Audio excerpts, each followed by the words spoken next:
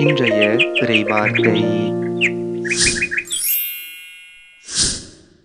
திருத்தூதர் யோவான் எழுதிய முதல் திருமுகத்திலிருந்து வாசகம்.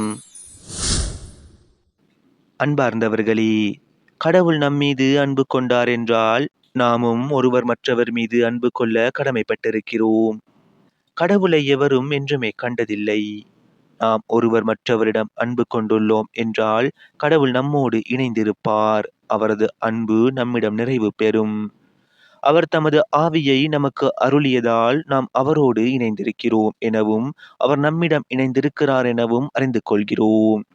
தந்தை தம் மகனை உலகிற்கு மீட்பராக அனுப்பினார் என்பதை நாங்களே கண்டறிந்தோம், சான்று பகர்கின்றோம். இயேசுவே இறைமகன் என ஏற்று அறிக்கையிடுபவரோடு கடவுள் இணைந்திருக்கிறார். அவரும் கடவுளோடு இணைந்திருக்கிறார். கடவுள் நம்மிடம் கொண்டுள்ள அன்பை அறிந்துள்ளோம், அதை நம்புகிறோம். கடவுள் அன்பாயிருக்கிறார். கடவுளோடு இணைந்திருக்கிறார். கடவுளும் அவரோடு இணைந்திருக்கிறார். கடவுள் இருப்பது போல் நாமும் இவ்வுலகில் இருக்கிறோம். எனவே தீர்ப்பு நாளில் உறுதியான நம்பிக்கை கொண்டிருப்போம். இவ்வாறு நம்மிடையே உள்ள அன்பு நிறைவடைகிறது.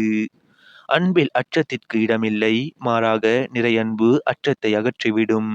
ஏனெனில் அச்சத்தில் தண்டனை உணர்வு அடங்கியுள்ளது. அச்சம் கொண்டுள்ளவரிடம் அன்பு முழு நிறைவு அடையாது. இது ஆண்டவர் வழங்கும் அருள்வாக்கு. இறைவா உமக்கு நன்றி.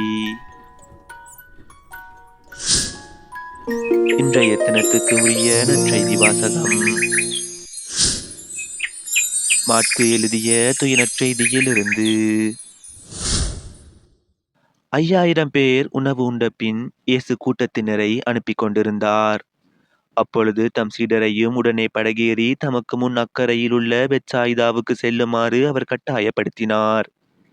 அவர் அவர்களிடமிருந்து விடை பெற்று கொண்டு இறைவனிடம் வேண்டுவதற்காக ஒரு மலைக்கு சென்றார். பொழுது சாய்ந்த பிறகும் படகு கடலில் இருந்தது. ஆனால் அவர் தனியே கரையில் இருந்தார். அப்போது எதிர்காற்று அடித்தது. சீடர்கள் தண்டு வலிக்க பெரிதும் வருந்துவதைக் கண்ட அவர் கடல் மீது நடந்து அவர்களை நோக்கி வந்தார்.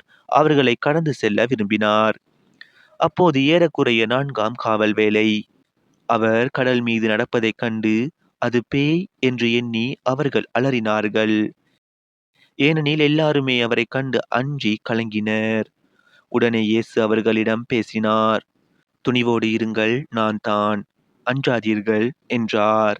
பிறகு அவர்களோடு படகில் ஏறினார். காற்று அடங்கியது. அவர்கள் மிக மிக மலைத்து போனார்கள்.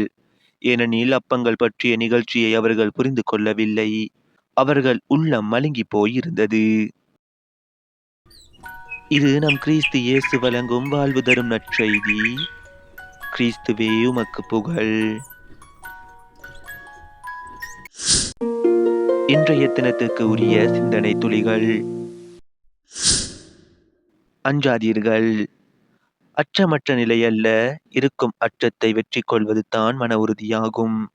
அப்படி அச்சத்தை வென்று மீள்பவரே உண்மையான வீரன் என்பார் நெல்சன் மண்டேலா. நற்செய்தியில் இயேசு கடல் மீது நடந்து வருவதை பார்த்துவிட்டு சீடர்கள் பேய் என்று நினைத்து அஞ்சுகிறார்கள், அலறுகிறார்கள்.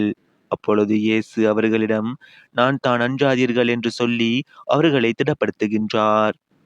ஒவ்வொருவருடைய வாழ்விலும் அஞ்சுவதற்கான சூழ்நிலைகள் வந்தாலும் அந்த அச்சத்தை நாம் ஆண்டவர் மீது கொள்ளும் நம்பிக்கையால் வெற்றி கொள்ளலாம். ஆகவே இயேசுவின் மீது ஆழமான நம்பிக்கை வைத்து வாழ்வோம். அதன் வழியாக எல்லா அச்சத்திலிருந்தும் விடுதலை அடைவோம்.